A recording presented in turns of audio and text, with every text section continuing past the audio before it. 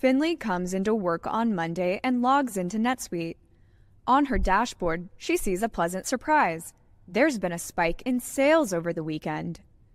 She's curious what caused the spike, so she asks Oracle which product sold the most over the weekend, and gets back a list of the most recent top-selling products. She notices a larger than usual contribution from batteries, so she clicks on the product to see more detail. Right away, she notices a discount attached to most of the most recent orders. She wonders how this originated, so she asks, which campaign triggered weekend sales? NetSuite detects her intent and shows Finley a campaign that was active over the weekend.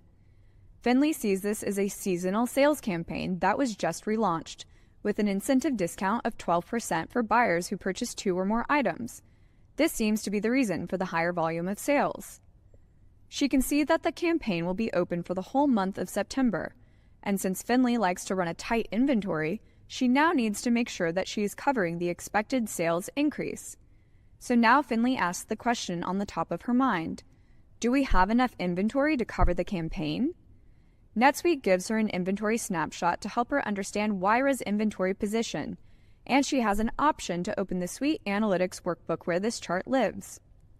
Suite Analytics loads her forecast chart, where Finley can see her original forecast numbers. She asks what would happen if her demand goes up as expected. NetSuite can dial her forecast up and down, so she asks, if my demand goes up 20%, how many units do we need to order?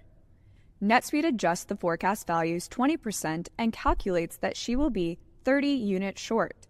All of this data is right in the Suite Analytics chart. Next, Finley asks when these extra units need to be ordered, and NetSuite tells her she needs to order by September 14th. Finley needs to send this information to her team to get those units ordered, so she asks the assistant to share the workbook with Cameron, her operations manager. Now her team is prepared to handle the increased sales volume, and Finley can move on to her next challenge.